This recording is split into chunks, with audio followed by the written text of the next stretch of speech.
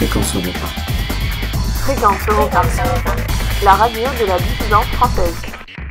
Allez tout le monde et bienvenue sur Fréquence Europa. Aujourd'hui, nouvelle interview avec mon ami Cargal. On est en ligne avec Cro-Blanc. Bonjour Cro-Blanc. Bonjour. Bonjour Cargal. Bonjour Cro-Blanc et bonjour Eliane. J'espère que vous allez bien tous les deux. J'espère que nos auditeurs vont bien également. Pour rappeler un petit peu de contexte, pourquoi on interview Cro-Blanc aujourd'hui, tout simplement parce que si je me trompe pas, tu vas me corriger au fur et à mesure, mais tu as sorti ton dernier album donc, qui s'intitule Echo début octobre, donc il y a à peu près 2 mois. Le 3 octobre, l'anniversaire de ma fille, oui. Voilà, le 3 octobre. C'est ton 3e album. Solo, oui. 3e album solo, et il est donc disponible en vente sur croblanc.fr au prix de 16 € et en livraison, et puis aussi en MP3 au prix de 12 €. Tu as peut-être d'autres petites informations globales à préciser pour ce début d'émission ? Oui, il est aussi en vente à la librairie française. Ok, super. Rue Bartholdi, chez mon ami Thibaut, et bientôt à la nouvelle librairie, peut-être, si j'arrive à m'entendre avec eux. Et aussi, mes amis m'appellent KB, donc vu que je vous aime bien, appelez-moi. Bon, bah super, on va t'appeler KB pour cette émission alors. Ça te va, Cargal ? Bien reçu. Super. Alors pour commencer, est-ce que KB, du coup, tu peux te présenter succinctement pour nos auditeurs qui ne te connaissent pas forcément ? Eh bien, je suis un homme d'environ 35 ans qui a beaucoup travaillé dans le salariat et qui à côté s'amusait à faire un peu de rap, qui se sentait très très nul au début, donc c'est pour ça qu'il a mis un masque. Au début, c'était pas pour protéger mon identité parce que je faisais rien de sensible. Quoique dès le début, j'ai commencé à dénoncer, mais d'une façon très, on va dire, soralienne, c'est-à-dire très inclusive pour la diversité. C'est-à-dire c'était en mode pas d'amalgame, quoi. Je dénonçais un peu, je pouvais dénoncer la racaille, en même temps je disais oui, ils sont pas tous comme ça, vous êtes méchants, vous affichez les gentils. Et puis au fur et à mesure que j'ai été au début soutenu par Soral, pas mal, qui me diffusait. Et en fait, je me rendais compte que les blancs, dans les commentaires, ils disaient oh, c'est bien, bravo. Et que en gros, les robeux, ils disaient oh, regardez, ce sale facho, sale raciste et tout ça. Donc en fait, le clivage est apparu très rapidement. D'accord. Et donc après, vu que je voyais que ce que je faisais, dès que je faisais un peu de politique dans mes sons, ça marchait mieux et que c'était quand même relativement sensible parce que je me prenais quand même beaucoup de menaces au début, de moins en moins, mais au début, je me prenais énormément de menaces et tout ça, et j'étais un peu tout seul, donc je me suis dit, gardons le masque. Et puis, je me suis de plus en plus enfoncé à cause des insultes et tout ça dans la radicalité, on va dire. Et je suis devenu de plus en plus faf. Et là, j'en sors un aujourd'hui, petit peu. tu fais partie de l'ultra-droite française ? Voilà, on va dire ça. Mais disons que j'en sors un petit peu parce que je me rends compte que j'ai tout dit. J'ai l'impression d'avoir tout dit. Donc, je vais évoquer de nouveaux sujets. Et puis, je me dis devenir mainstream. Enfin, essayer de faire des chansons. Si vous avez écouté l'album, vous êtes bien rendu compte. La majorité des sons ne sont pas politiques. Ou si peu. Et parce que voilà, une fois qu'on a tout dit, après, ça devient fatigant, quoi. Donc, C'est vrai. Alors du coup, juste pour résumer, si ça t'embête pas, je vais faire un rapide historique un peu de ton parcours musical. Je voulais juste confirmer, c'est ce que disait Cro-Blanc, c'est assez intéressant parce que moi, en tant qu'auditeur, j'ai vachement ressenti une évolution depuis. Moi, je l'ai connu avec l'Appel de la forêt. Instinct, c'était déjà un cran dessus, comme il dit, c'était vachement plus radical, violent, etc. Même au niveau des thèmes. Et je confirme, effectivement, le dernier album, c'est plus personnel, c'est moins politique. Et ce que je trouve intéressant, c'est que Cro-Blanc évolue en parallèle avec beaucoup de gens de ce qu'on appelle la fachosphère ou la sphère dissidente. Et c'est-à-dire qu'il évolue en même temps que nous, en fait, dans nos pensées, quoi. Donc ça, c'est assez intéressant, je trouve. C'est peut-être une question de génération, mais oui, je pense que je ressens pas mal, vu que je suis quand même je me passe beaucoup de temps à m'informer, on va dire, à essayer de m'imprégner de l'atmosphère FAF. C'est sûr que je dois en ressentir un peu les hésitations, les émulations, etc. Ce qui fait que, oui, il peut sembler que je retranscrive une certaine ambiance, une certaine atmosphère qui puisse régner à une heure H dans la fachosphère, quoi. C'est vrai que l'Appel de la forêt, quand on regarde, grosso modo, pour résumer, les textes étaient beaucoup autour d'un homme blanc vivant dans les quartiers qui fait son coming out FN. ouais, je vote FN, etc. La chanson sur Jean-Marie, etc. Le deuxième album, enfin Instinct, est vraiment vachement plus radical. Je me rappelle, c'était une époque qui était plus ou moins décomplexée dans la sphère fachosphère, dissidentosphère. Et donc les textes étaient également très décomplexés. Le racialisme a fait son entrée avec Bonobo ou avec des textes assez violents mais très jouissifs du style Daesh. Et là, le dernier, effectivement, après la claque que tout le monde a reçue dans le milieu après l'élection de Macron et la débandade de Marine, beaucoup de gens chez nous ont commencé à descendre un peu de leur nuage et à se sentir moins décomplexés et à se dire de toute façon, les Français ne veulent plus entendre parler de nous, donc il va falloir être plus retors, pas forcément arriver avec ses grands sabots en mode je suis un faf et je vous emmerde. Et en fait, je trouve que le dernier album traduit un peu cette ambiance aussi, comme tu disais, Cro-Blanc, le fait de vouloir en sortir un peu du ghetto faf et de retrouver une vie un peu plus équilibrée. Je sais pas si je me trompe. Exactement ça. Non, c'est exactement ça, ce que j'allais dire en fait. Avant que tu commences, j'allais partir là-dessus. C'est sûr que l'élection de Macron, disons que beaucoup d'entre nous, on se disait clairement que c'était cette fois-ci ou jamais, quoi. Ouais, C'est-à-dire que Marine Le Pen avait un boulevard, sa campagne était franchement ridicule. L'apothéose du ridicule a été le débat face à Macron. Et là, on s'est dit, putain, on se bat depuis des années pour ça. C'est une catastrophe en fait. Ouais, je pense qu'on était tous un peu dégoûtés, comme une espèce de gueule de bois après une mauvaise cuite, quoi. Tout à fait.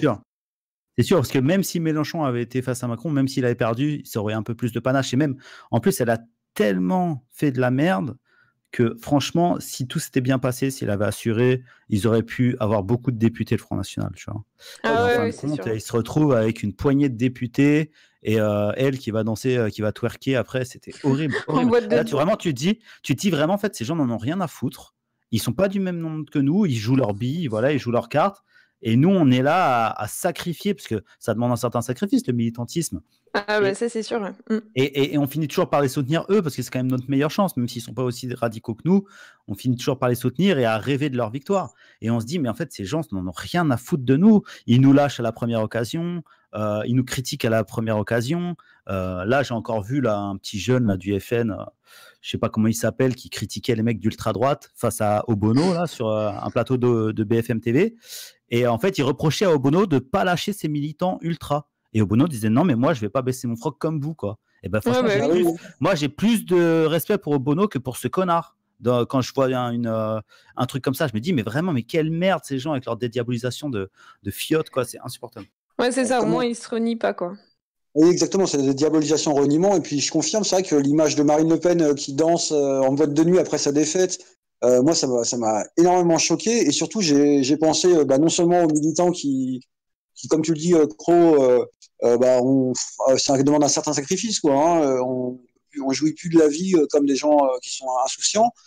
Et j'ai aussi pensé à tous ces petits gens qui, depuis 5 ans sous Flamby, pensaient voir en Marine la sauveuse, la future Jeanne d'Arc, lol, et qui vraiment ont chié. Aujourd'hui, la plupart de ces gens, d'ailleurs, je pense qu'on les retrouve dans les Gilets jaunes. Voilà, c'est la France oubliée, quoi. Ah, clairement, oui, les Gilets jaunes, c'est clairement l'électorat déçu de Marine Le Pen, quoi. Qui se dit, voilà, en fait, à mon avis, tout vient de là. C'est-à-dire, là, je viens de tilter, mais en fait, ils se disent, de toute façon, c'est pas Marine qui nous sauvera, donc allons-y, quoi. C'est ça. Bon, alors, juste, les garçons, je suis désolée, mais je vais vous couper un peu parce qu'on va reparler de tout ça plus tard dans l'émission.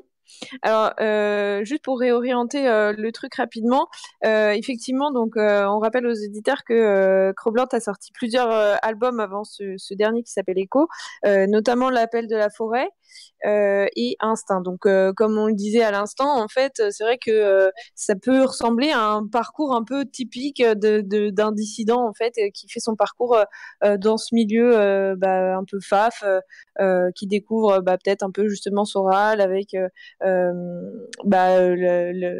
comment tout l'esprit réconciliation, etc. Puis ensuite qui se radicalise et puis qui se rend compte donc notamment avec Instinct, du coup un album un peu plus agressif qui montre que la réalité elle est pas toujours comme ça. Et du coup, moi j'avais juste quelques questions. Je pense que Kargal t'en aura peut-être aussi. Tu as dit notamment que ton album L'Appel de la Forêt était un peu trop écrit avec du recul. Est-ce que tu peux nous expliquer un peu pourquoi ? Bon, en fait, c'est très simple. moi, comme je vous dis, au début, je pensais que je rappais très mal. J'avais honte. Donc, je me cachais. C'était pas faux. Je rappais très mal parce qu'en fait, je me basais beaucoup trop sur l'écriture. J'étais obsédé par l'écriture. Et en fait, j'écrivais mes textes. Et après, je m'arrangeais pour les caler sur de la musique. Et c'est surtout pas ce qu'il faut faire. Et depuis instinct, en fait, j'ai adopté la technique inverse. C'est-à-dire que je fais un flow. C'est-à-dire que je fais une mélodie chantée. Et j'écris mes paroles dessus. Je compte le nombre de syllabes et j'écris mes paroles dessus. Et au début, en fait, je faisais pas du tout ça. Donc, tout le monde disait que j'avais un flow de merde, ce qui n'était pas faux. En fait, il n'était pas merdique parce qu'il était dans les temps, mais il était très redondant. C'est toujours le même nombre de mesures, le même nombre de pieds qui revenaient dans le même ordre, le même flow. C'était insupportable. C'est ça, mon évolution est très facile. Au début, j'ai fait un album Les Canidés avec 2 amis, qui n'était pas du tout politique parce qu'on avait tous des idées très différentes. Donc, on a fait un album d'amour, mais ça m'a appris beaucoup de choses. Après, je me suis lancé parce que j'ai du coup beaucoup de choses à dire parce que moi, j'étais en train de me radicaliser de mon côté. J'ai fait donc l'album L'Appel, où j'ai trouvé en plus ce qui le rend encore plus spécial que le simple fait de cette façon d'écrire, c'est qu'en plus, j'avais trouvé un beatmaker qui est du coup un beatmaker, c'est un DJ, un mec qui compose la musique, voilà, qui a composé tout l'album ou presque. Et en fait, ce mec, qui était un mec un peu spécial, qui vit à la campagne et tout, qui est d'ailleurs à moitié algérien, pour la petite histoire, eh bien, ce mec est très spécial, c'est-à-dire qu'il compose des sons très spéciaux. Par exemple, il y a 2 chansons, pour les musiciens, ils vont capter, mais il y a 2 chansons sur Appel de la forêt où la mélodie est basée sur 6 mesures. Et c'est extrêmement rare dans le rap, ça n'existe quasiment pas, et c'est hyper dur de rapper dessus. Et bref, enfin, il y a des originalités comme ça, les sons sont très variés, mais en même temps très spéciaux. Donc en fait, vraiment, cet album est très spécial, mais en même temps, je le renie pas du tout. En plus, c'est le premier album que je faisais avec mon maréchal, qui est mon ingénieur du son, et donc il apprenait, et c'était vraiment, on a balbutié, c'était très compliqué. Donc ensuite, instinct, donc je me suis libéré, je me suis dit bon, je vais me libérer totalement, c'est-à-dire je vais écrire ce que j'ai envie d'écrire. Bon, je vais faire attention à pas prendre de procès, mais je vais me lâcher. Et je l'appelle mon album nègre, c'est-à-dire c'est pour ça que je l'ai appelé Instinct, c'est que je me suis pas du tout pris la tête, j'ai fait ce que j'avais envie de faire, c'est venu, on a fait des chansons même en cours d'écriture, ça n'a pas du tout été carré, mais du coup les gens ont adoré. Et je me suis dit, en fait, là, avec Echo, j'ai fait un condensé des 3. C'est-à-dire que j'ai repris le côté un peu sentimental et personnel qu'il peut y avoir dans les Canidés. J'ai essayé de faire les textes les mieux possibles, par exemple, comme dans Négatif, où je me suis vraiment pris la tête à faire un texte vraiment qui impressionnerait les gens. Et aussi essayer de faire le meilleur flow possible. Enfin, ça, c'est ce que j'ai fait. Je me suis vraiment basé là-dessus. Comme dans Instinct, quoi. Effectivement, moi, ce que j'avais plutôt bien aimé, du coup, enfin, même si j'ai beaucoup apprécié l'Appel de la forêt, ce que j'ai bien aimé dans l'album Instinct, c'était le côté un peu plus, je dirais presque grunge, enfin, crasse, enfin, je sais pas comment dire, mais effectivement, ça sentait qu'il était fait un peu plus, ouais, c'est ça, plus naturellement. Peut-être que je sais pas si KB va me dire ou pas, c'est que là il vient de dire que le premier album, c'était son premier album, trop écrit, donc forcément le premier album on essaye de faire les choses le plus carré possible, quitte à perdre de la spontanéité. Alors que le deuxième album, si j'ai l'impression que c'est que vu que Cro-Blanc a acquis son style, il pouvait maintenant s'affranchir du cadre qui était là. Mais, en fait, il y a de ça, c'est vrai que tu as raison. Je ne sais pas si tu as voulu dire ça, mais en fait, par exemple, le son, pour moi, le meilleur son dans l'Appel, c'est Étincelle. Et j'ai mis 3 mois à l'écrire, ce son.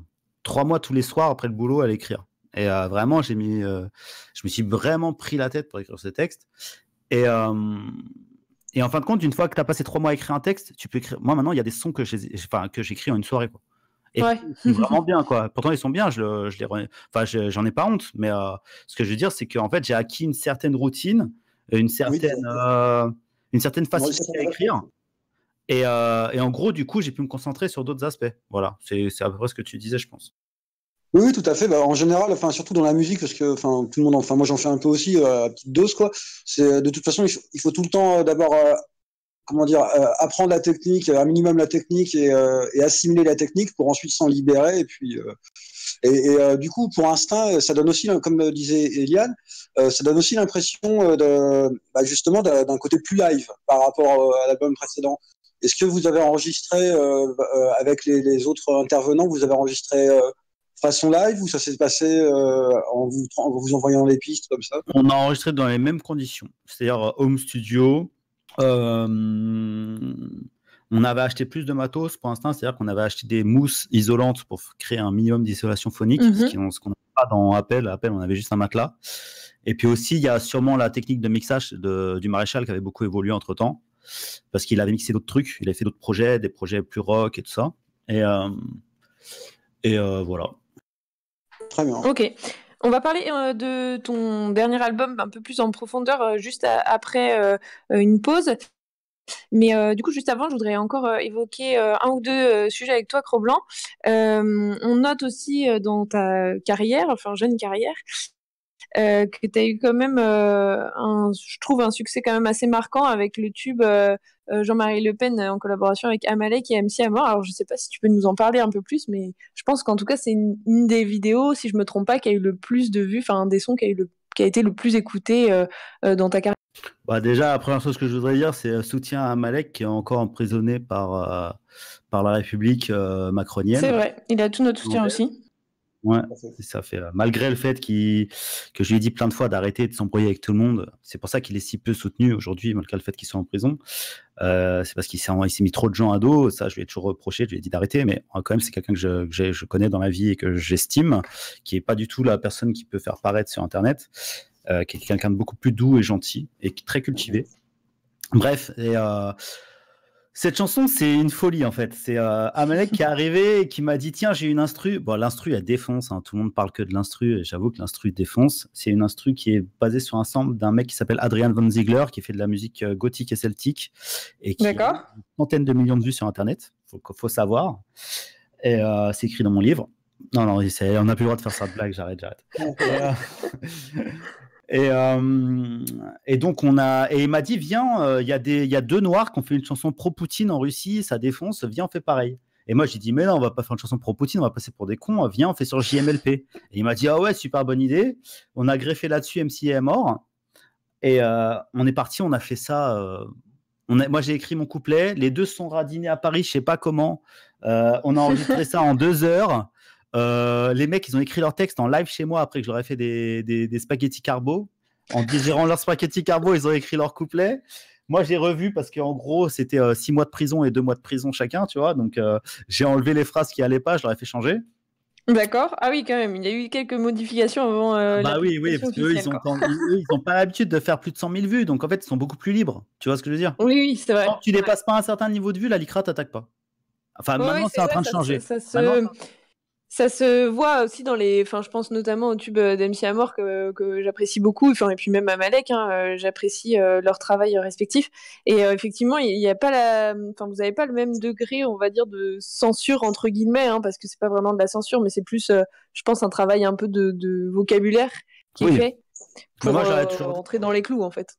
Ah oui, moi, en fait, dès que j'ai eu certains succès, dès que j'ai dépassé les 100 000 vues, je me suis dit, bon, ça pue la merde. De toute façon, j'ai toujours fait attention parce que moi, je veux pas blesser les gens et je me dis que la langue française est assez riche pour pouvoir dire ce que tu as envie de dire sans partir au trou. Par exemple, une de mes phrases les plus hardcore, c'est quand Chita, enfin, qui serait la plus condamnable si je la disais au premier degré, c'est si Chita rend la justice, t'étonnes pas de te prendre une banane.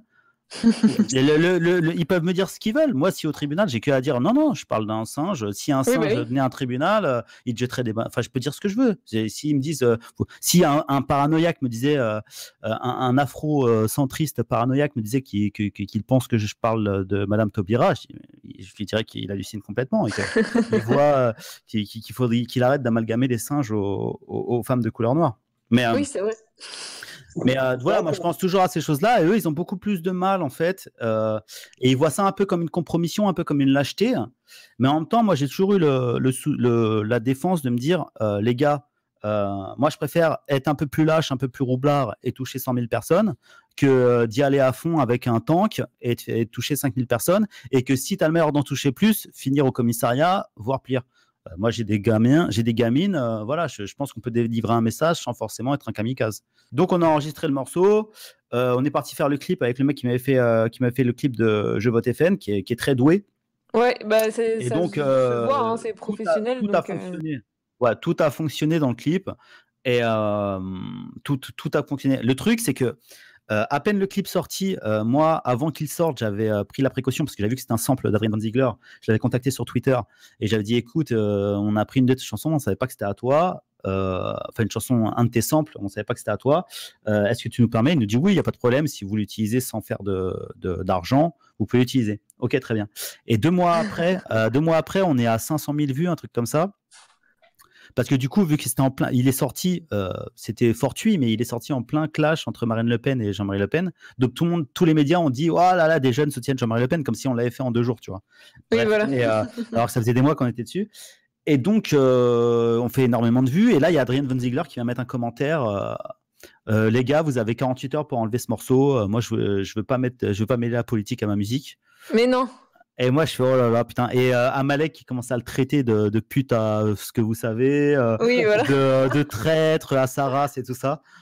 Moi, déjà, je prends Amalek, je dis tais-toi, arrête de lui parler, s'il te plaît, tout de suite. C'est moi qui m'en occupe. Et le mec, en fait, je dis écoute, sois gentil, laisse-moi 1 semaine pour préparer un remix.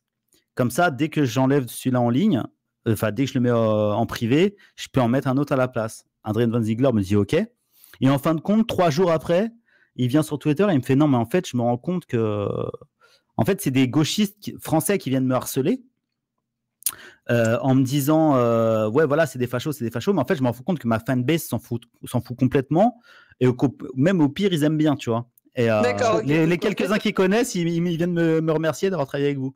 Donc, en fait, fausse polémique, quoi. voilà, il m'a dit donc vous pouvez le laisser, mais ne recommencez jamais, on ne reprend jamais un de mes sons. Et j'ai dit ok, donc voilà, c'est ça toute l'histoire. Et j'ai aussi été convoqué au commissariat pour ce son, pour incitation à la haine raciale. Envers les musulmans quand on met la burqa dans le coffre. Voilà. C'est la seule fois. La seule fois où j'ai été condamné au commissariat, donc. Et moi, j'avais déjà préparé ma défense parce que je prépare toujours ma défense. Et j'ai dit bon, écoutez, monsieur, je connais le pitch par cœur parce que je l'ai dit au moins 20 fois dans ma vie, au moins 50 fois même peut-être. J'ai dit écoutez, monsieur l'agent, enfin je sais pas, monsieur le policier, j'arrête pas d'entendre à la télévision que les musulmans modérés sont les premières victimes de l'islamisme radical. En m'attaquant à ce stigmate de l'islam radical qu'est la burqa, je défends le musulman du quotidien, je défends le musulman modéré, c'est de l'islamophilie. Le mec m'a dit vous êtes bon vous? J'ai dit bah oui, non, je le pense vraiment, monsieur, vraiment, moi j'aime beaucoup les musulmans et je veux les défendre de l'obscurantisme. Et, voilà. Et du coup il s'est rien passé. Du mindfuck. Ouais, carrément. En tout cas, c'est une sacrée anecdote quand même, parce qu'effectivement, quand on regarde le clip, on ne sait pas tout ce qui s'est passé avant, après ou pendant. Mais en tout cas, on s'imagine que vous avez dû bien vous marrer quand même. Ah ouais, en fait, il y a par exemple une autre anecdote, c'est que MC Amor, qui est un mec très gentil, mais complètement barré, il voulait qu'on fasse pas. Il voulait pas à la base, lui, il voulait pas faire la scène de mettre la dame en burqa dans le coffre. Il voulait qu'on la lapide. Ah ouais, non, c'est chaud. Alors, pendant que je la tenais avec Amalek, moi et Amalek, on tenait, en fait, c'était un mec qui était sous la burqa, c'était quelqu'un, que je peux pas dire son nom, je pense, donc peu importe, de toute façon, c'est pas très important. C'était Manu Garcia, pour ceux qui connaissent, voilà, on s'en fout. Et donc, il était sous la burqa, et on lui tenait chacun un bras, et donc il pouvait pas bouger. Et en fait, pendant qu'on attendait le top départ, enfin, le action du caméraman qui était en train de préparer son plan, MC Amor, elle s'était baissée pour ramasser quelques cailloux et il lui jetait des cailloux dans la tête. Parce qu'il était en face de nous, il devait lui prendre les pieds, lui. Et donc, il était face à nous trois et il lui balançait. Et moi, j'entendais aïe, aïe, aïe. Et moi, j'étais en train de regarder le caméraman et je dis, mais qu'est-ce qui t'arrive, Manuel et tout. Et là, je vois un caillou qui s'écrase sur la burqa et je vois MC Amor en train de rigoler comme ça. Et là, je me suis dit, putain, il y a un truc qui va pas. Mais franchement, c'est que des scènes surréalistes comme ça. Aussi, à un moment, on se retrouve dans une forêt, là, quand vous regardez le clip, le passage où Amalek est dans un bois, c'est le gameplay d'Amalek, et en fait, il y avait un camp de punk à chiens juste à côté de nous. Et mais c'était plein, avec 3 ou 4 chiens, 3 ou 4 énormes pits et tout. C'était assez folklorique. Il n'y avait que nous, les Faf, en train de faire une chanson sur Jean-Marie Le Pen et les punks à chiens. Ah oui, ça devait être marrant. Non, mais il y a eu plein de trucs comme ça. Et puis la Renault 15 ou la Renault 21, je sais pas quoi. Enfin bref, il y a plein de... C'était assez drôle. C'était franchement un bon moment, un très bon moment. Tu m'étonnes. Je sais pas si, Kariel, tu as des choses à rajouter là-dessus. T'as apprécié le clip au moins? Oui, le clip, c'est comme ça que j'ai découvert Cro-Blanc, en fait. C'est avec ce clip, donc il a rempli sa mission, on va dire. Après, c'est vrai que sur tout ce qui s'est dit là, alors moi je suis assez d'accord avec Cro-Blanc sur le fait de faire attention à ce qu'on dit. Alors, déjà pour plusieurs choses. C'est déjà que je trouve que artistiquement, Cro-Blanc, il se détache un peu du reste des rappeurs estampillés nationaux par des textes qu'on sent plus léchés et des instrus aussi plus léchés. Enfin, c'est plus esthétique, c'est moins hardcore dans le flow. Et ça, déjà, je trouve, il se détache par ce côté-là plus travaillé, quoi.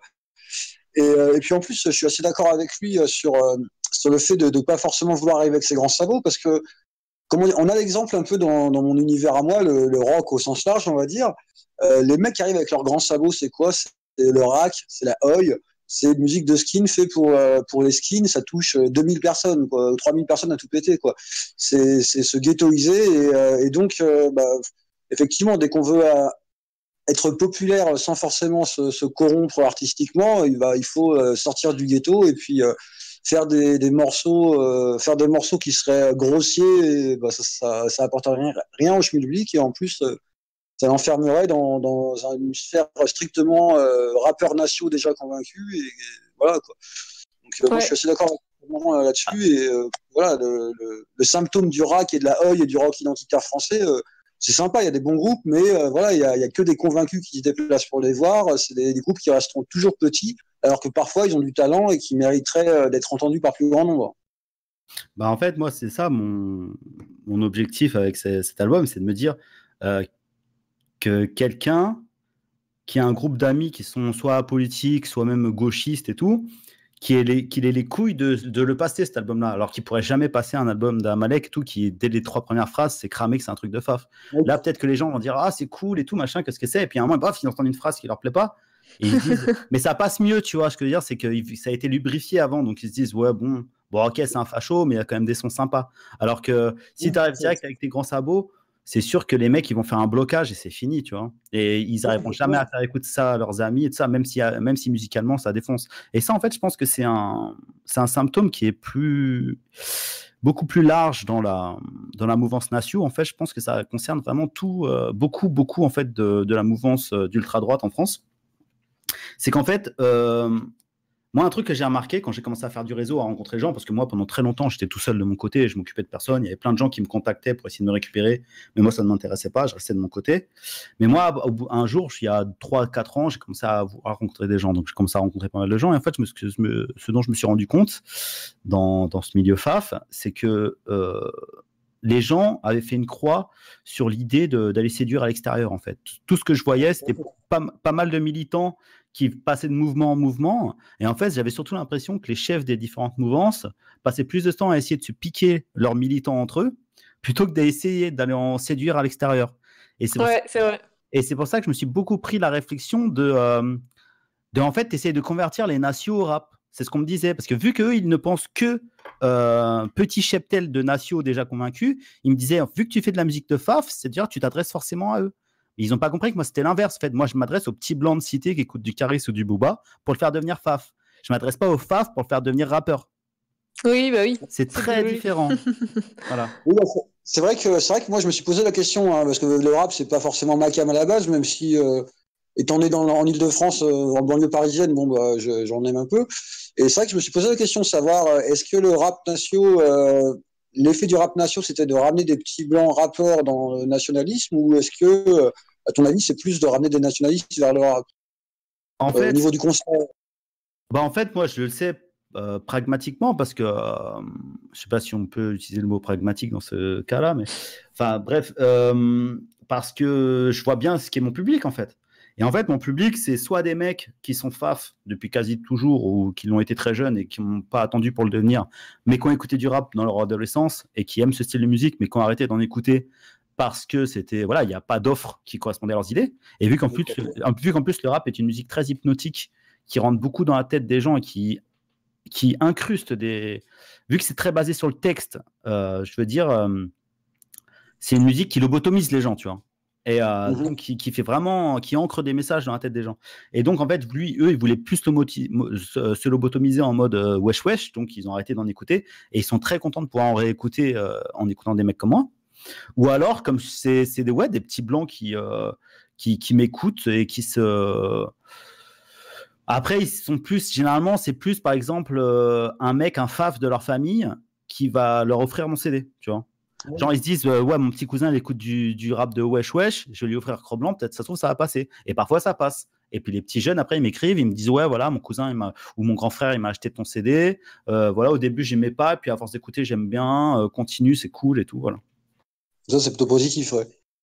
Et puis même, je connais un mec, il y a un monsieur qui passe à la librairie française et qui achète l'Appel de la forêt, parce que lui, il est obsédé par l'Appel de la forêt. Il dit que il adore, c'est un prof de littérature dans une grande université, tu vois, et il dit qu'en gros, il pense que j'ai révolutionné le truc, mais c'est parce qu'en fait, il connaît pas le rap et il connaît pas, en fait. Mais en fait, il y a des mecs qui écrivent aussi bien que moi, voire mieux que moi, tu vois, mais bref, il trouve que voilà, je révolutionne le truc, c'est génial et tout. Et en fait, il achète par paquet de 10 et il le distribue dans les boîtes aux lettres de son quartier, en fait.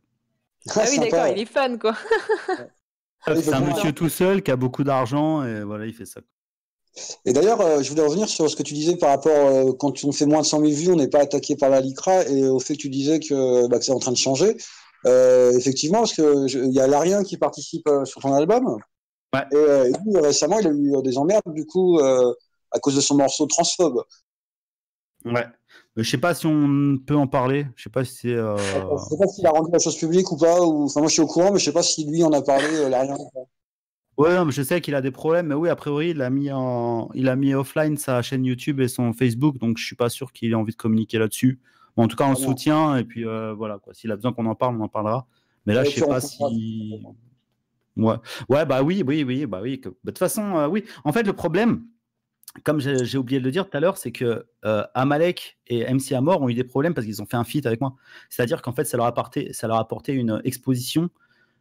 En fait, c'est deux choses. Ça leur a apporté une exposition qu'ils n'avaient jamais eue, parce qu'effectivement, on a fait beaucoup de vues avec ce morceau. Je dis pas que c'est que dû grâce à moi, mais c'est quand même dû à ma façon de travailler, à mon clipper, etc. Et aussi à leur talent, hein, ça, il n'y a pas de doute là-dessus. Et aussi parce qu'en fait, la LICRA essaie de me coincer depuis longtemps. Et en fait, quand ils ont vu ces mecs-là, ils sont allés direct taper. Et là, ils se sont fait. Là, ça a été jackpot. Oui, là, c'était jackpot, ouais. C'est atteindre toi à travers des gens qui sont moins inattaquables, quoi. Oui, et puis même, il n'y a pas que la LICRA. Moi aussi, j'ai eu, par exemple, j'ai beaucoup de portes qui se sont fermées à cause des feats que j'ai fait avec Amalek. Attention, moi, Amalek, j'ai toujours.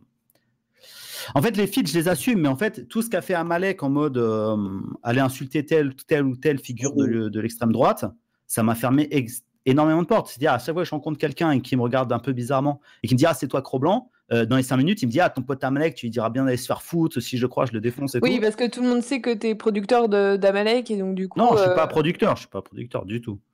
Je lui ai avancé... Non, en fait, quand lui et Larien, ils ont fait un album, je leur ai avancé des sous. D'accord. Pour faire leur album, c'est tout. Parce que moi, avec ma musique, je gagnais pas mal d'argent et que je suis pas quelqu'un qui a besoin de beaucoup d'argent. Donc, ils avaient besoin, je leur ai prêté, mais ils devaient me les rendre et c'est tout. Et moi, je gagne pas 1 euro dessus, tu vois. J'ai pas gagné 1 euro, je suis pas producteur. C'est juste, je leur ai prêté de l'argent parce que, comme n'importe qui aurait pu leur prêter de l'argent. Mais j'avais rien à voir dans le processus de création, si ce n'est que je leur ai dit 1000 fois d'essayer de faire un truc soft et ils ont fait pas du tout soft. Donc voilà, moi, je me désolidarise complètement de ce projet, quoi. Ok. C'est juste que les gens en fait font le lien parce qu'effectivement tu as vu des collaborations avec lui, quoi. Oui. C'est sûr que j'ai fait beaucoup de feats avec Amalek. Mais attention, Amalek, il a des qualités. C'est un mec qui est bosseur. Ouais. C'est un mec qui est là à l'heure. Quand tu lui dis, vas-y, tu seras là à l'heure, tu as ton couplet. Il est là à l'heure, il a son couplet. Et déjà, rien que ça, c'est relativement difficile à trouver. Ouais. Bah déjà, oui, tout à fait. Mais c'est vrai que Amalek, pareil, comme toi, j'ai eu l'occasion de le côtoyer en vrai. Alors, c'est vrai qu'il est devenu infréquentable parce que, voilà, à clasher tout le monde, il devient infréquentable, quoi. Mais néanmoins, c'est vrai qu'il a un vrai talent, quoi, pour le rap. Il a du charisme et surtout, il a du cœur, quoi. Donc, moi, j'espère qu'il tient le bon bout en zonzon, quoi, que ça va. Moi, j'espère surtout que quand il va sortir, il va s'être calmé. Vraiment. Pour lui et sa famille, ses proches, parce que si c'est pas ça va mal finir. Ça va très mal. Surtout qu'il a un talent pour le rap. Personne lui dénie ça, et ça serait con de finir droit dans le mur, d'exploser en plein vol et de perdre ce talent, quoi. Mais tu sais qu'il m'a inspiré dans un sens, parce qu'en fait, moi, je lui ai tellement dit d'arrêter d'être frontal, de faire les choses en dessous, de faire du positif aussi, c'est-à-dire d'arrêter toujours de parler des trucs qui nous énervent, parce que nous, les FAF, on est un peu trop omnubilés par les trucs négatifs, Ouais, par, on est français. par Hein. l'immigration, par machin, un truc bidule. Essayer de faire plus du positif. Par exemple, combien de fois je leur ai dit, putain les mecs, vous êtes catholiques, vous êtes à fond dans le catholicisme, faites des chansons qui vantent l'amour de Jésus, de machin, de la doctrine catholique. Ça, c'est positif. Putain, qu'est-ce que vous nous faites chier avec vos obsessions sémitiques et tout ça. Et en fait, ça m'a inspiré ça. Parce qu'en fait, je me suis appliqué à moi-même dans Echo, c'est-à-dire que j'ai essayé d'être un peu moins dans le négatif. Voilà. Et ce qui est sûr, c'est que ça se voit du coup dans ton dernier album, Cro-Blanc, que effectivement, tu as essayé justement de sortir un peu des sujets peut-être trop clivants et puis un peu négatifs, en fait, comme tu viens de dire. Et du coup, c'est ça qui est aussi intéressant. On en parlera du coup juste après la pause, si ça vous va. On va se quitter avec un petit morceau qui a été choisi par Cro-Blanc et on se retrouve tout à l'heure. À tous.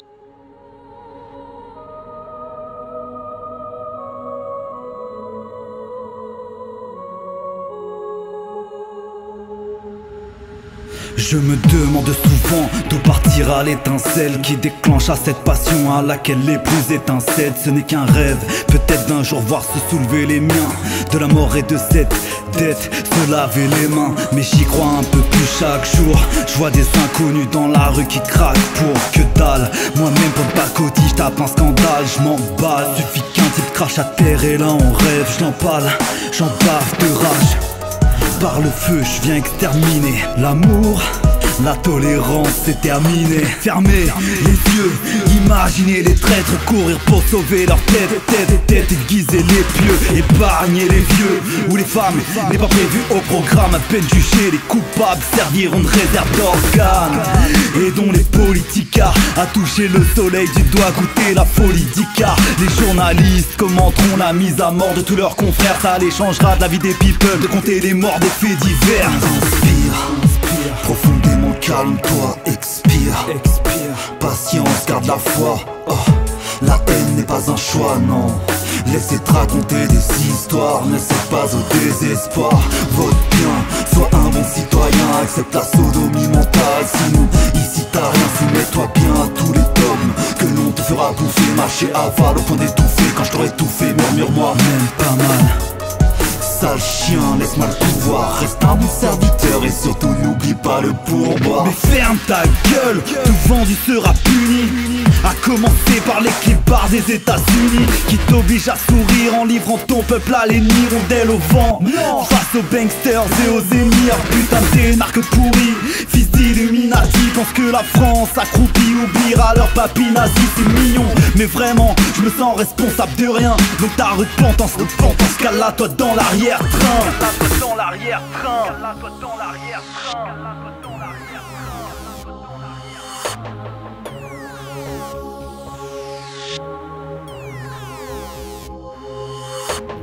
Je suis né en 1984, cette date n'est pas anodine pour moi.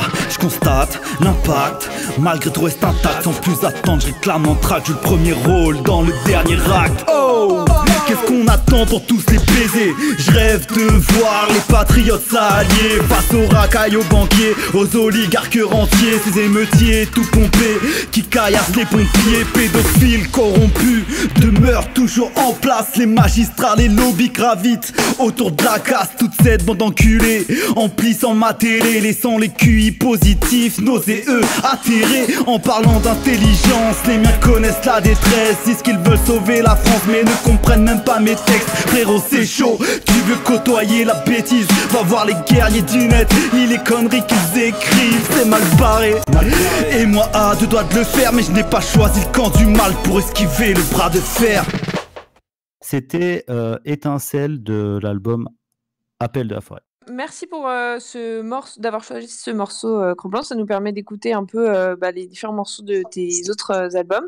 Maintenant, on va se concentrer du coup sur le dernier album que tu as sorti, comme tu le disais, le 3 octobre, qui s'appelle Echo, qui est du coup une collaboration, si je ne me trompe pas. Donc, il y a toi et le Maréchal qui est ton ingé son. C'est ce que tu as dit? Exactement, la Maréchal qui m'accompagne depuis le début. et qui est un de mes meilleurs potes et qui participe énormément. Il me fait de la direction artistique, c'est-à-dire qu'il me dit ouais, là tu devrais faire ci, ça, tu devrais faire telle note, tel bidule. Et aussi il chante ce que moi je peux pas chanter parce qu'en fait il chante beaucoup mieux que moi. En revanche, je mets et le Maréchal et pas feat sur beaucoup de morceaux. Il y a une différence. Il y a un morceau où c'est featuring, c'est Silicionniste parce qu'il a fait sa part. Mais sinon, en fait, tous les autres morceaux, c'est moi qui ai écrit le texte, c'est moi qui ai trouvé la mélodie. En fait, il ne fait que la chanter. Voilà. Ok, très bien. Moi, je voulais juste commencer par déjà te féliciter pour cet album parce qu'effectivement, il est très professionnel et c'est quelque chose que j'apprécie dans ton travail de façon générale.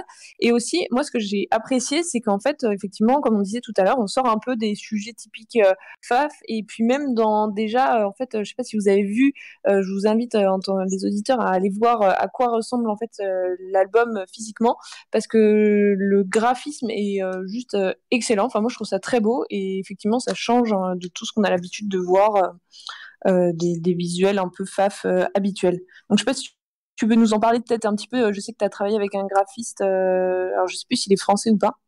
C'est un graphiste anglais en fait qui s'appelle Skinless Frank. Skinless sans peau Frank. Je vous invite à aller le voir sur Instagram. En fait, il fait du Flashwave. Pour ceux qui connaissent, c'est le style graphique qui est utilisé par la démocratie participative et l'alt-right américaine en général. Et en fait, lui, il l'a sublimé. Vraiment, ce style, je trouve vraiment qu'il l'a réinventé parce que ça a un côté très ringard en fait, le Flashwave. Et lui, il en a fait vraiment quelque chose de moderne et de magnifique, je trouve. En fait, il en garde les codes, mais voilà, bref, c'est aller voir ce qu'il fait. Et donc, je l'ai approché. Il a été OK. Au début, il m'a fait le cover. Enfin, c'est la tambouille interne, mais en gros, c'était gratos. Il me l'a fait gratos. Et moi, je lui ai demandé de faire le back et la page du 4. Enfin, c'est la 4e page du livret. Donc, en gros, c'est leur donner du boulot. Et je l'ai payé à prix d'or pour qu'il le fasse. Et j'en suis très content. J'en suis très content parce que, honnêtement, c'est moi qui ai trouvé l'idée de la fée qui arrive dans les mains du mec et il a réussi à me le faire comme ça, quoi. Je sais pas, en trouvant des images, des machins, des bidules, et il a réussi à me le refaire. Et c'est vraiment exactement ce que je voulais. Enfin, bref, j'en suis très heureux. Ouais. C'est vrai que j'en suis relativement fier. Mais en tout cas, ouais, c'est très joli. C'est vrai que justement, moi, la pochette, elle m'a interrogé. J'ai remarqué justement, tu as toujours mis dans ta musique, que ça soit les visuels ou le son, des influences cinématographiques assez fortes. On peut se rappeler du morceau où il y avait le sample de Gladiator et aussi pas mal d'influences manga. Et je trouve qu'avec cette pochette, ça ressort encore ton univers visuel. Et ma question, c'est, as-tu déjà pensé à travailler sur ton univers visuel avec d'autres artistes qui ne sont pas forcément dans la musique, que ce soit des graphistes, des auteurs, pour raconter une histoire et faire autre chose que de la musique avec ton univers? Bah oui, parce que... je l'ai fait avec le clip Nazi, avec Kitsune. Oui. Ouais. Mais non, c'est compliqué quand même. En fait, moi, j'ai une idée de roman. C'est-à-dire que j'ai une histoire de roman dans la tête. Et vu que je suis trop feignant pour l'instant pour l'écrire, je m'étais dit que je pourrais la faire en BD, mais j'ai pas trouvé malheureusement j'ai été approché par une fille, l'amie d'un ami, mais j'ai pas été envoûté par son style, on va dire. Elle dessine très bien, mais c'est un style que je n'aime pas, donc ça n'a pas fait. Mais oui, effectivement, j'aimerais beaucoup raconter des histoires, etc. Mais oui, je collabore avec des gens dès que je peux. Par exemple, L'Appel, c'est une peinture originale qui a été réalisée par un artiste. Instinct, c'est pareil, c'est une peinture originale. Echo, c'est un graphisme réalisé par Skinless Frank, qui est professeur d'art appliqué dans une grande université anglaise, pardon. Bref, ouais, j'essaie dès que je trouve quelqu'un de vraiment doué, c'est sûr que je le garde sous le coude et puis j'essaie de bosser avec lui, quoi. Quel est le poids de tes influences ciné ou même manga, hein, quel est le poids dans ta façon d'écrire et dans ta façon d'élaborer ta musique? Ça vient si ça doit venir, mais disons que je passe pas une référence pour placer une référence. C'est des choses qui sortent au moment où ça doit sortir. C'est plus instinctif. C'est pas, je me dis pas, tiens, je vais essayer de faire de la pop culture pour essayer de draguer les gens, tu vois. si à ce moment-là, il y a la rime ou l'idée qui va dans ce sens-là, je l'utiliserai, mais je tiens pas plus que ça à utiliser mes influences, acheter mes influences. Je trouve que c'est un truc un peu facile, en fait, d'utiliser, de recycler ses influences. Oui, tu veux pas en faire un gimmick. Ah non, surtout pas. Après, oui, les mangas, c'est sûr que les mangas, c'est une grosse partie de ma vie. J'ai beaucoup aimé les mangas, j'en ai beaucoup bouffé quand j'étais très jeune. Malheureusement, d'ailleurs, s'il y a des gamins de 14, 15, 16 ans qui sont en train de lire des mangas aujourd'hui, arrêtez tout de suite, reprenez quand vous aurez 20 ans et que vous saurez séduire les femmes, parce qu'il n'y a rien de pire il y a rien de mieux pour rester puceau qu'un manga. Parce que les rapports entre les gonzesses et les mecs dans les mangas, c'est toujours, il se passe jamais rien, quoi. Ils s'aiment, mais ils se disent rien et il se passe jamais rien. Donc fuyez ça et puis revenez-y quand vous serez plus puceau. C'était le conseil de Cro-Blanc. Moi, je me permets de donner un petit peu du coup mon avis sur l'album de façon générale, et puis ensuite on parlera peut-être de collaboration parce que pour le coup j'ai trouvé ça intéressant. Moi, dans l'ensemble, je t'avoue que j'avais quand même préféré les 2 premiers albums parce qu'en fait, je les trouvais un peu plus homogènes. En fait, ce qui m'a, on va dire, un peu freiné dans Echo, mais ce qui peut être une qualité, je pense, pour certains, c'est que j'ai trouvé que les titres étaient assez différents. En fait, d'un titre à un autre, on passe vraiment d'un style à un autre, et c'est à la fois appréciable parce que du coup on a des morceaux vraiment différents, mais en même temps du coup je trouvais que c'était un peu trop éparse. Oui, je sais pas ce que tu as pensé, Carregal, si tu as eu le même ressenti que moi ou pas. Alors moi, la première écoute a été vraiment surprenante. J'étais chez une amie et elle l'a écouté au début sans moi. Et elle aime bien le rap des années 90. Quoi. Et au début, elle m'a dit oh là là, tu vas voir, c'est surprenant et tout. Alors effectivement, moi j'avais entendu dire Cro-Blanc dire que le prochain album, à l'époque d'Instinct, le prochain album serait plus musical. Je l'avais entendu parler qu'il allait chanter, qu'il y aurait des influences un peu rock, etc. Je savais pas trop à quoi m'attendre. Et j'avais beaucoup peur de cette tendance à l'autotune et des vocodeurs. Et je me disais, j'espère qu'il va pas trop en avoir. Et surtout qu'en général, les rappeurs qui s'essayent au chant, j'ai un truc assez mitigé dessus. Et puis finalement, passé la première surprise, c'est vrai que le morceau avec Famine, avec son côté technoïde, m'a surpris. Mais les parties chantées m'ont surpris au début, mais en fait, ça m'a pas choqué. Peut-être parce que à la base, je suis pas un gros fan de rap. Je tolère le rap, j'aime bien quelques morceaux, mais je suis pas un rappeur. Et donc moi, en tant que personne qui ne suis pas vraiment un fan de rap, j'ai trouvé l'album plus musical que les précédents, et avec une vraie recherche justement de ce que tu disais, Eliane, de diversifier les styles.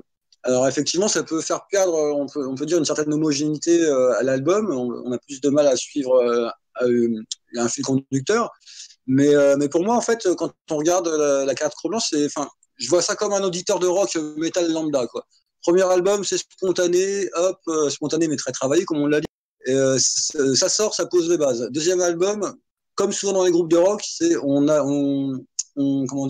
on accentue les extrêmes. Ce qui est calme devient plus calme, ce qui est violent devient plus violent. Et troisième album, moi j'ai cette sensation que Cro-Blanc, tu as voulu explorer tout un tas d'univers.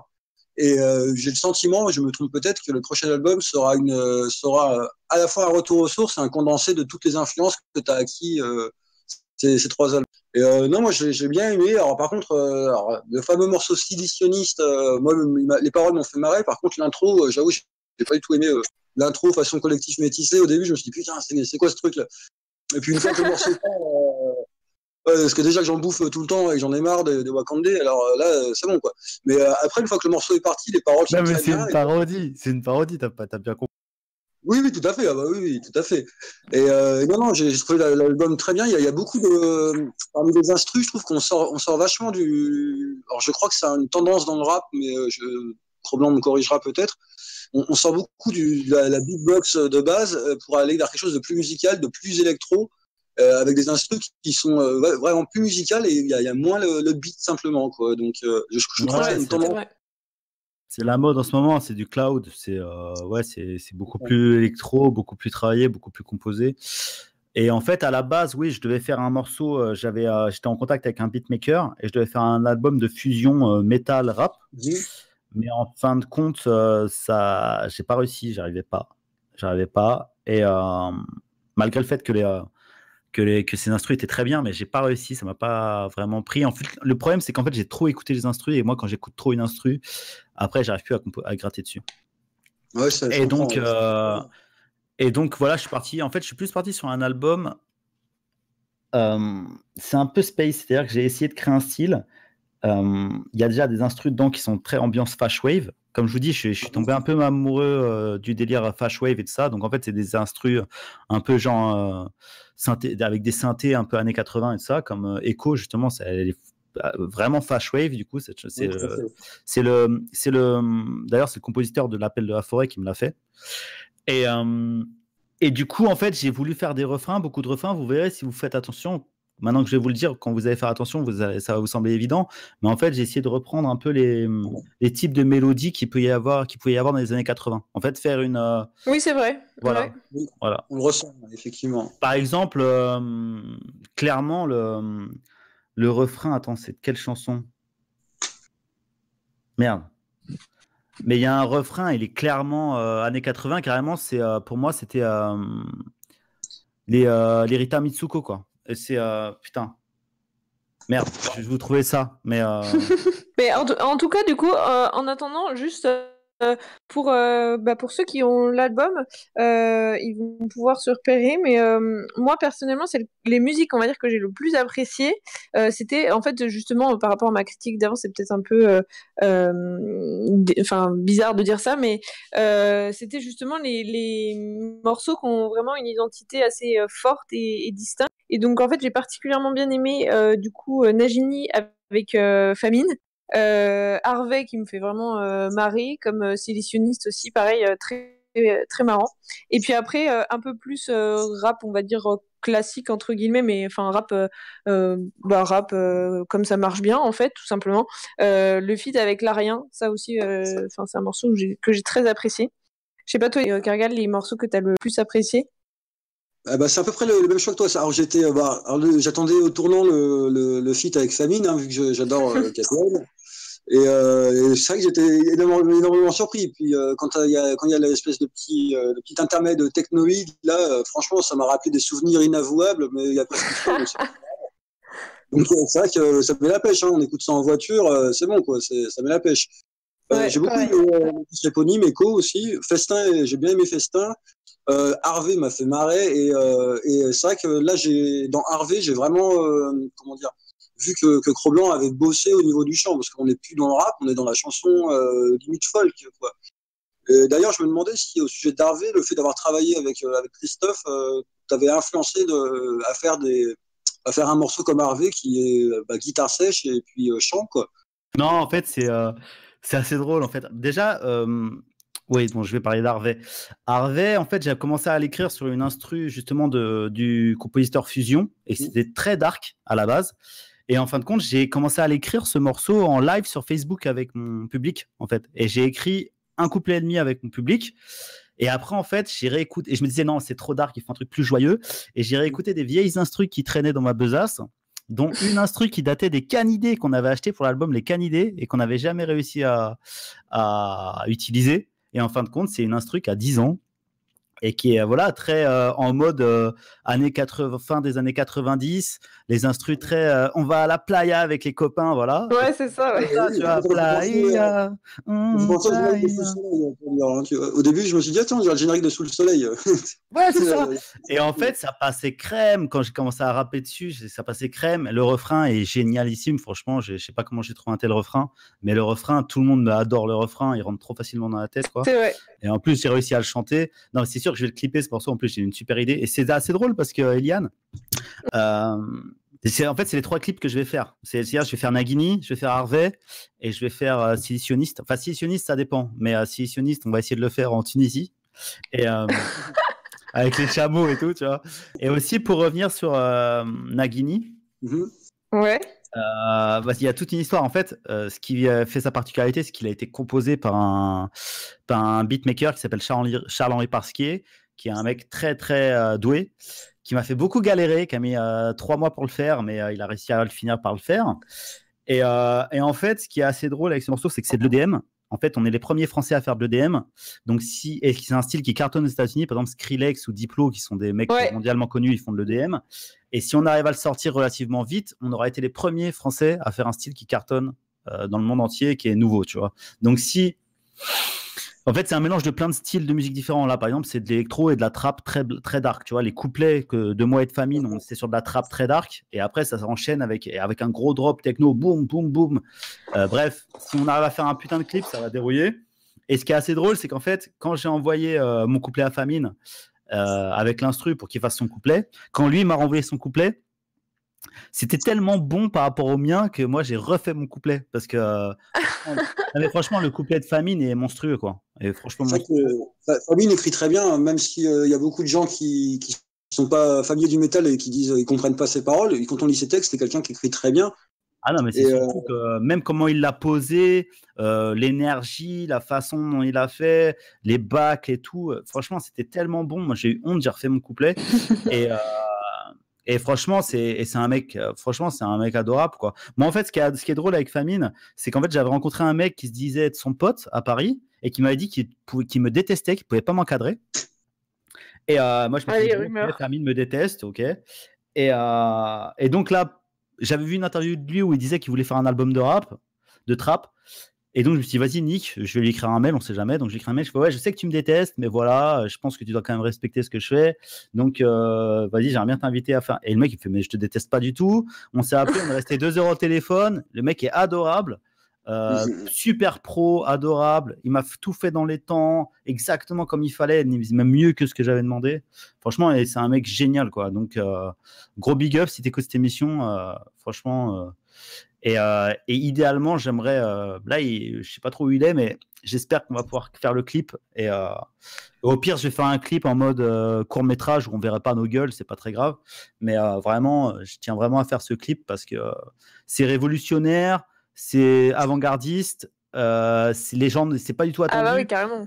Famine, il est encore plus connu que moi dans le milieu faf. Donc, ça pourrait faire vraiment un carton, quoi. Ça pourrait vraiment faire un groupe comme Peste Noire, enfin, je sais que pour les gens qui sont pas habitués au milieu métal et surtout black metal qui est très particulier, ça peut paraître anodin, mais un groupe comme Peste Noire, il s'exporte au Japon, en Amérique du Sud. C'est un groupe qui existe depuis. Ah bah oui, c'est clair.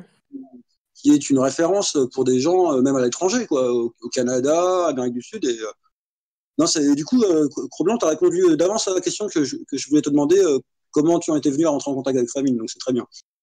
Non, mais vraiment, je regrette pas. Hein. C'est vraiment une de mes plus grosses fiertés parce que moi, le black metal, même le metal, ça m'intéresse pas du tout. Donc, je savais pas en fait à quel point il était connu. Et je l'ai découvert en travaillant avec lui. Et c'est simple, à chaque fois qu'il y a quelqu'un qui voit sur la pochette featuring Famine, ils font mais Famine de KPN. Je fais bah oui. Et les mecs ils vrillent complètement quoi. Ils font mais attends, mais c'est dingue. Pourquoi il a accepté? Je dis bah je sais pas, il doit bien aimer ce que je fais, j'en sais rien. Alors moi pour le coup, je connaissais pas Famine, Peste Noire, mais j'ai jamais vraiment accroché. Et là pour le coup, je peux vous garantir effectivement comme l'a très bien dit Cargal en voiture, ça déchire tout, c'est plein d'énergie. Et allez, on balance le morceau. Allez, on balance le morceau. Allez. On balance le morceau. Donc légère pause et après on va reprendre juste après le morceau avec un peu plus de questions d'actu. On va parler notamment Gilets jaunes. Allez, à tout de suite. Ave.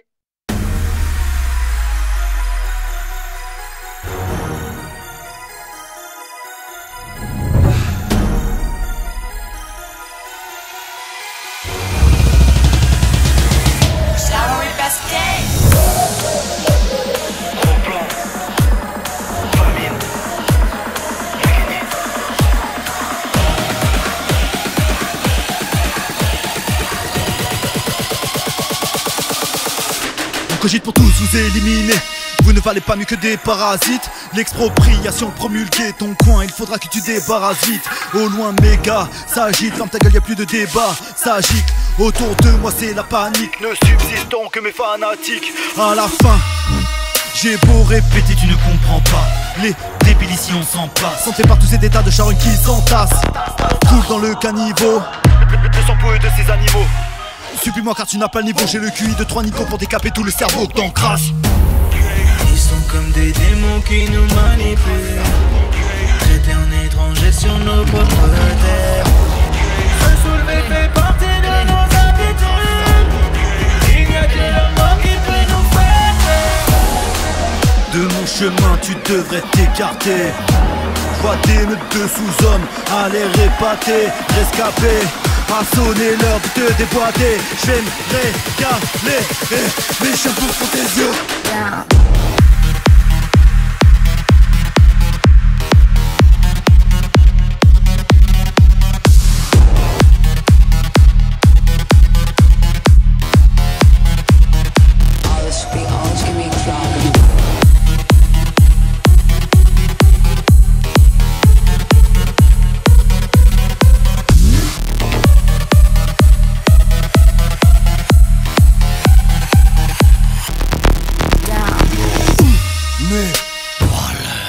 Mais pas clair, super victime comme en 40, prêt pour la guerre éclair. À couche la Strascar, ouverte la chasse. Nos patrouilles passent par là où nos chiens firent ta chasse. Mais les frigos, si tu finis dans le frigo, entre le rôti de porc et la tombe d'Aligo, unité à tête de mort, on va manger vos corps. Rongez-vous assis, rangés dans des fosses comme des Legos. Ils sont comme des démons qui nous manipulent, traités en étrangers sur nos propres terres. Se soulever fait partie de nos habitudes.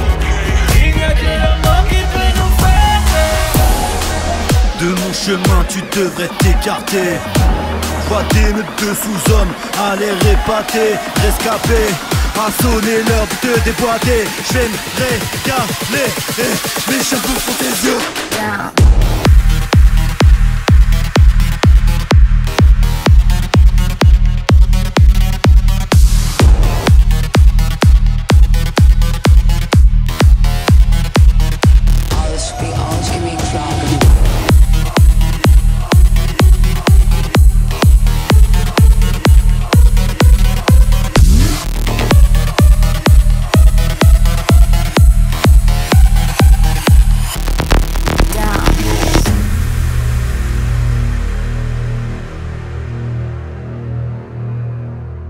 Ave à tous, nous revoilà après ce très très bon son. Bravo encore pour cette belle collaboration. On va parler maintenant actualité, étant donné que déjà tu as fait tomber le masque il y a quelques temps, mais alors pourquoi tu as fait tomber ton masque? Pourquoi maintenant? En fait, ça faisait longtemps que les commentaires oh là là, grosse pédale, tu te caches derrière ton masque, quand on va te trouver, on va te niquer et tout machin. J'en avais marre en fait, parce que moi je suis quelqu'un qui assume dans la vie, c'est-à-dire que dans mon quartier, tout le monde sait que je vote Front National. Tout le monde, enfin tous les gens qui je connais savent que je vote Front National, savent que je suis un faf, donc ça me saoulait de me cacher sur Internet. Et en fait, c'est Laurent Burton qui a fini par me convaincre quand dans ses interviews il dit je sais pas, il dit le mec, voilà, vu que tout le monde n'assume pas, vu que personne n'assume, tout le monde se cache derrière des pseudos et tout, bah forcément ça renforce l'ennemi. Et il a totalement raison. Donc plus on sera nombreux, et puis en plus je connais des petites nanas qui assument toute la journée, qu'on leur gueule sur Internet et qui assument dans la rue. Donc je me suis dit franchement c'est vraiment honteux quoi. Donc autant y aller quoi. Parce que je voulais pas me cramer professionnellement, mais vu qu'en plus là j'essaye d'en faire ma vie, c'est-à-dire que là je vais commencer à faire de la production, de la distribution. Je suis en train de monter un site qui s'appelle Unisson, qui ambitionne de réunir toute l'offre FAF sur un même site avec une appli dédiée qui permettra de lire les sons sans avoir à les télécharger via iTunes et tout ça. Et là j'arrive avec le site là. Et donc voilà, donc on y va à fond. Faut assumer. Voilà. Et bah t'as raison. Bah en tout cas moi je trouve que t'as bien fait. Je sais pas ce que t'en penses, Kargal, si tu trouvais ça au contraire intéressant de garder le masque. Non, c'est vrai que moi je comprenais l'histoire du masque pour les raisons que Cro-Blanc a citées, mais c'est vrai que je trouve ça très bien que le masque est tombé. Effectivement, j'avais déjà eu l'occasion de voir des commentaires sous ces posts avec des petits malins là, en mode tiens tu viens aux soirées, etc. Putain, cette vanne je pouvais plus l'entendre. Ah oui, voilà, donc, c'est ça. Donc non, moi je trouve ça très bien. Puis ça devait arriver un jour ou l'autre, donc moi je trouve ça très bien quoi. Et aussi il y a un truc qui m'a aussi Bah, en fait, j'avais pas trop le choix parce que j'attaque Samuel Laurent, j'allais dire Samuel Coran, Samuel Laurent, qui est le boss du Décodex en justice pour diffamation, parce qu'il m'a diffamé lors de l'émission C'est à vous, à l'époque de Nick Conrad. En gros, il a sorti son étincelle que vous avez entendu tout à l'heure, et il a sorti mon texte et il l'a mis hors contexte et il a dit qu'en fait, dans ce texte, je ne parle que des élites, en fait, que des élites des médias, je dis qu'il faut les buter. Et en fait, il a dit que je parlais des immigrés dans ce sens-là. Et donc, vu que je l'attaque. Donc, je l'attaque en justice et bah écoute, mon identité va sortir forcément dans les minutes du procès, dans le compte-rendu du procès. Donc, Nick, autant y aller, quoi. Ouais, t'as complètement. J'espère que ça va bien se passer pour toi, en tout cas.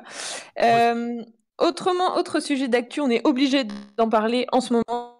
Surtout que tu as affiché ton soutien pleinement, donc à la fois sur Instagram, Twitter et Facebook. Il y a une musique aussi. Cro-Blanc a fait un titre sur les Gilets jaunes. Oui, on le mettra en conclusion de l'émission. Voilà. Super. Est-ce que tu peux nous en parler un peu du coup rapidement? Pourquoi est-ce que ça paraît important de soutenir les Gilets jaunes et quelle issue tu espères à ce mouvement? Eh bien, c'est simple. Moi, je soutiens les Gilets jaunes parce que c'est ma sociologie. Moi, je viens de la campagne, je viens d'une famille très pauvre qui s'en est sortie par le travail et qui ne s'en sort plus à cause des taxes. C'est-à-dire que dans ma famille, on vient de la Sarthe. On était la famille la plus pauvre du village. Enfin, toutes mes oncles, ma mère, mes oncles, mes tantes et tout ça, c'était la famille la plus pauvre du village. Ils se sont tous barrés à Paris pour réussir. Ils ont tous réussi, ils sont tous devenus patrons. Et à part un qui s'en sort bien, tous les autres, ils ont dû fermer leur boîte parce qu'ils n'en sortaient plus à cause de toutes les taxes et toutes les... Et voilà, et donc moi je me reconnais pleinement là-dedans. Et en plus, c'est aussi la France, faut pas se leurrer, hein, c'est aussi la France qui pense comme nous, hein, qui est dans la rue en ce moment. Même s'il y a plein de gens qui essayent de se rattacher à ça, le cœur du truc, c'est quand même des fachos, ce qu'on appelle des complotistes, etc. C'est la France périphérique, tout simplement. Que tu disais que c'est un peu en fait les déçus de Marine Le Pen aussi. Oui, c'est ça, c'est tous ces gens-là qui en ont marre, en fait, qui ne sont pas du tout représentés, qui sont méprisés, parce qu'il n'y a pas que le côté économique. Attention, là, le côté économique est très présent et très prégnant, mais il y a aussi tous les gens, toute cette France, comme je l'ai résumé dans une vidéo, à laquelle Sarkozy a menti, qu'Hollande a ignoré et que Macron méprise. C'est exactement ça, ouais. Et ces gens, ils en ont marre. C'est eux qui font tourner le pays et ils en ont marre qu'on leur dise qu'ils n'existent pas, qu'ils n'ont pas de culture, qu'ils n'ont pas d'histoire, qu'ils doivent se mélanger, qu'ils doivent accepter qu'ils doivent tendre leur cul et se faire mettre par tout le monde et qu'ils doivent juste fermer leur gueule, sinon c'est des fachos. En gros, c'est ça, quoi. Et ils en ont plein le cul. Et là, c'est fini, là. Et en fait, ce que j'attends de la fin du mouvement, moi, je ne serais pas content s'il n'y a pas un changement de régime. Moi, je veux un changement de régime. Carrément. Voilà, moi je veux la démocratie participative.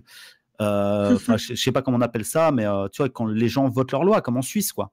Parce que à partir de ce moment-là, les fachos ont tout gagné, parce qu'en fait, la plupart des gens pensent comme nous. Et s'ils doivent voter les lois sur leur ordinateur ou sur une petite machine à la mairie, ils assumeront beaucoup plus leurs idées que devant les caméras de BFM TV ou lors d'un sondage. Donc, nos idées gagneront parce que la plupart des gens pensent comme nous, au final. Moi, je suis d'accord. Je suis d'accord avec la finalité de la chose. Hein. Il faut que le régime tombe, et voilà, c'est parfait, quoi. Et c'est vrai que par rapport à ce que dit Cro-Blanc, c'est vrai que c'est impressionnant ces Français-là qui se sont crachés à la gueule par tous les régimes depuis 20-30 ans, et de plus en plus, c'est de plus en plus grave. Macron, enfin, il a réussi à faire regretter Hollande en même pas 2 ans de mandat, quoi. Donc c'est pour dire.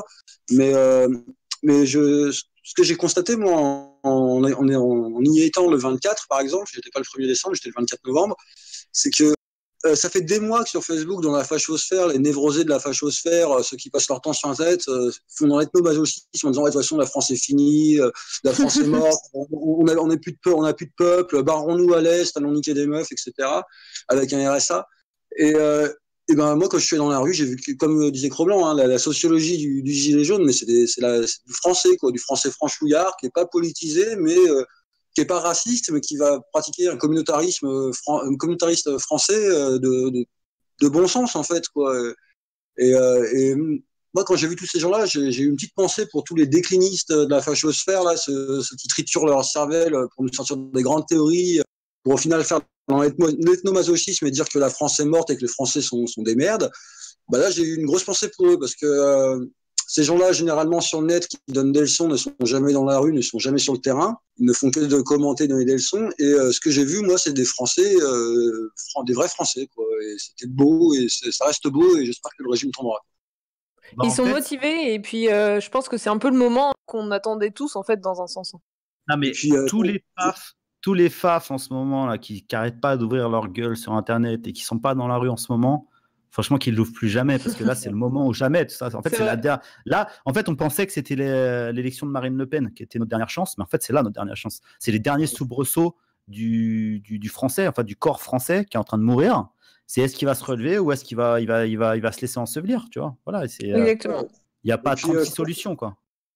je sais pas ce que t'en penses, Cro-Blanc aussi, du coup, moi j'ai relevé un truc, c'est que souvent sur Facebook, dans la fachosphère, etc., les gens ont un gros rejet envers la Marseillaise, le bleu, blanc, rouge, la République, et moi de ce que j'en ai relevé, c'est que les gens, on leur enlèvera pas la Marseillaise, on leur enlèvera pas le bleu, blanc, rouge, quoi. Ces Français-là, et c'est pas qu'ils sont plus cons que la moyenne, c'est juste que c'est les dernières choses à quoi ils tiennent, c'est les dernières choses qui représentent la France pour eux, quoi. Donc, C'est ridicule. moi, Même Abosi, qui est un anti-républicaniste, il comprend qui est l'attachement à la Marseillaise et ces choses-là du peuple. Tu vois, tu peux pas demander à tout le monde d'être un militant politique. Les gens se rattachent aux symboles qu'on leur donne. Ok, ils chantent la Marseillaise aussi quand il y a l'équipe du Wakanda qui gagne la Coupe du Monde. Mais on s'en fout, tu vois. Et puis en plus, ces gamins-là qui jouent au foot, bah voilà, ça a été les meilleurs à leur époque. Moi, je suis pas contre qu'il y ait des Noirs et des Arabes en très petite quantité en France. C'est pas le problème. Ça, là-dessus, je serais jamais contre. Mais enfin, tous ces puristes me cassent les couilles. En ce moment, il se passe un truc énorme qu'on vit qu'une fois dans sa vie, une fois par génération, voire moins. Il y a certaines générations qui le connaîtront jamais. Faut y être. Moi, le samedi dernier, j'ai vu des trucs que j'ai jamais vus de ma vie, des trucs dingues. Et rien que pour ça, ça vaut le coup d'y être. Et rien que voir Macron faire cacamou, c'est énorme, quoi. Tu vois. Donc, même si moi, attention, moi, j'ai quand même une grosse peur. Là, je vais sortir une vidéo. C'est qu'en fait, j'ai l'impression que, en fait, ils ont laissé le chaos s'installer sciemment. Au début, c'était pour nous décrédibiliser. Ça n'a pas fonctionné. Et là, en fait, ils ont une deuxième technique, une deuxième chance qui sera la dernière. C'est de laisser le truc vraiment tomber dans le chaos et l'anarchie pour pouvoir destituer Macron, que Macron démissionne en direct à la télé et qu'on nous mette la loi martiale via le général de Villiers. Moi, je vois, parce que le mec, ils sont en train de le promouvoir dans tous les médias depuis une semaine, il lui lèche le cul. Et ce mec-là est un vendu au nouvel ordre mondial, à l'OTAN, à tout ce que tu veux, à la banque et tout ce que tu veux. Il a fait toutes les guerres les plus dégueulasses de BHL. Et ce mec-là, en fait, va instaurer la loi martiale. Et au lieu de nous faire entrer chez nous à coups de matraque, on va nous faire entrer chez nous à coups de tank et à coups de FAMAS. J'ai très peur de ça. J'ai même entendu un gilet jaune qui a appelé de ses voeux ce général à prendre le pouvoir. Il faut faire très attention. On ne veut pas un homme providentiel, on veut la démocratie participative. Il faut que tout le monde soit d'accord là-dessus. Et même si un Black Bloc te dit ça, tape-lui dans le dos et dis-lui « Oui, mon frère, on est d'accord. Il ne faut parler de rien d'autre. Il ne faut pas parler de vos conneries de Marseillaise, de votre connerie de roi, de votre connerie de mes couilles, on s'en fout. Démocratie participative, on veut voter les lois. Et vu que ce sera le peuple qui parlera. Vous savez très bien que dans les opinions, le peuple est contre l'immigration, le peuple est contre l'assistanat débile, le peuple a du bon sens. Voilà. Il ne connaît peut-être pas le truc pointu, le nucléaire, peut-être qu'il ne saura pas faire la différence. Il faudra peut-être des experts pour nous expliquer. En fait, les politiques devraient juste être là pour nous donner les options, en fait, pour nous présenter les options, et nous, on devrait prendre la décision. On leur a donné tous les pouvoirs, en fait. Ils parlent, et après, ils prennent des décisions. C'est n'importe quoi, en fait. Donc, on n'a jamais le droit à la parole. On a le droit à la parole une fois tous les 5 ans et c'est manipulé. On se fait enculer, on se retrouve avec Macron, quoi. Donc, écoutez, moi, c'est tout ce que j'avais à dire sur les gilets. J'espère, on va voir ce que ça va donner. Mais ce qu'il y a, c'est que c'est loin d'être fini, quoi qu'il arrive, parce qu'il y a là, Macron ne lâchera pas l'affaire parce que soit il est autiste, soit il a un plan. Et là, il y a les impôts, le prélèvement à la source qui arrive. Il paraît que ça va être un bordel pas possible. Toutes les augmentations aussi de janvier, là, le timbre, plein de choses qui vont augmenter. Ça va être assez sympa, je pense. Oui, et puis s'ils sont revenus sur des taxes, en annulant des taxes, c'est qu'ils vont prendre ailleurs, de toute façon. Hein, oui, je pense aussi. Ah, mais bien sûr, de toute façon, ils n'ont pas le choix de taper sur la classe moyenne. En fait, il y a 3 France. Il y a la France des start-upers les potes de Macron, il va pas et les milliardaires, il va pas leur taper dessus parce que c'est ses potes, c'est eux qui l'ont fait élire. Il y a la France, la classe moyenne blanche qui se fait et les miséreux blancs, eux, ils sont cons, ils bossent, on leur prend leur thune et les retraités. Et il y a les Wakandais, et eux, si tu leur retires leurs sous-sous, leur RSA et leurs aides, t'inquiète pas que ça va être 10 000 fois pire que ce qu'il y a sur les champs. Donc ils n'ont pas le choix en fait. Quoi qu'il arrive, c'est sur nous qu'ils taperont. Parce qu'on est beaucoup moins, pour eux, on est beaucoup moins capable de leur causer du tort que les deux autres groupes. Donc voilà. Ah ouais, effectivement.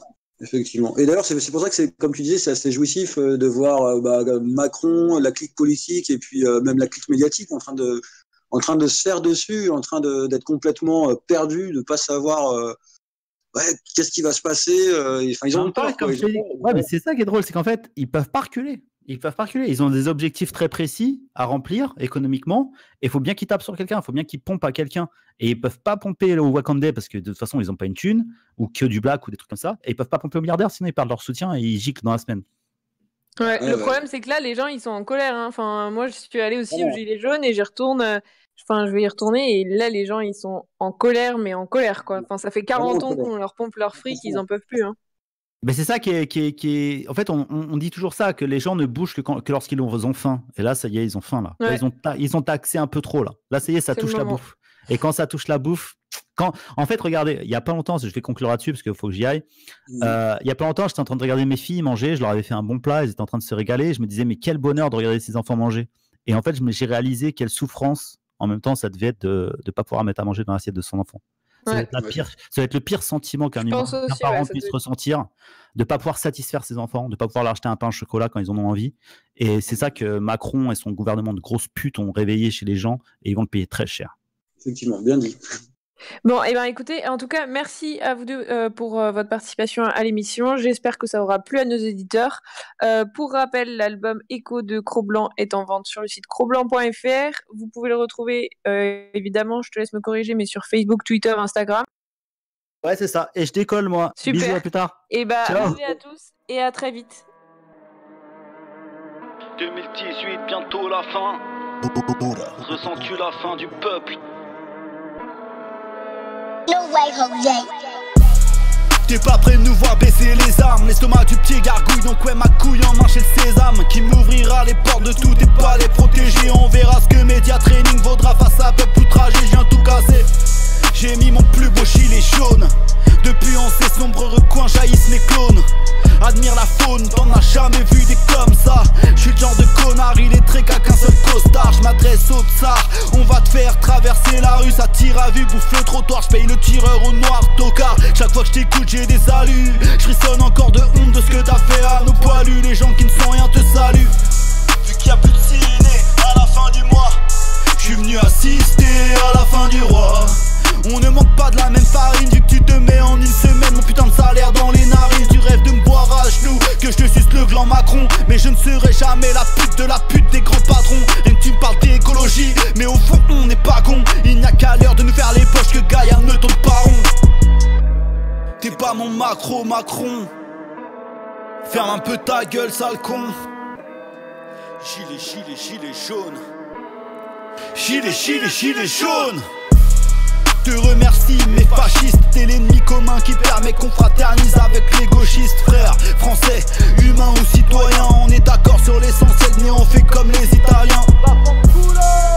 Bancaire et le racket, qu'on leur fasse rembourser tous les intérêts de la tête. Toujours les mêmes qui payent pour des milliardaires blindés. Dénonce-les, des complotistes et cinglés, faux fondotistes et rintés. Ferme ta gueule, retourne bosser. Faut que tu finances de tes impôts l'esclave qui va te remplacer. L'avenir de nos gosses au passé, ça ne se fera pas tout seul. Des aides sociales blanc fait le deuil. Déterminé, on ira jusqu'au bout. On n'est pas fou, juste au fond du trou désespéré. On n'est pas hystérique, on ne sait pas s'exprimer. T'as fait l'irrattrapable erreur de nous sous-estimer.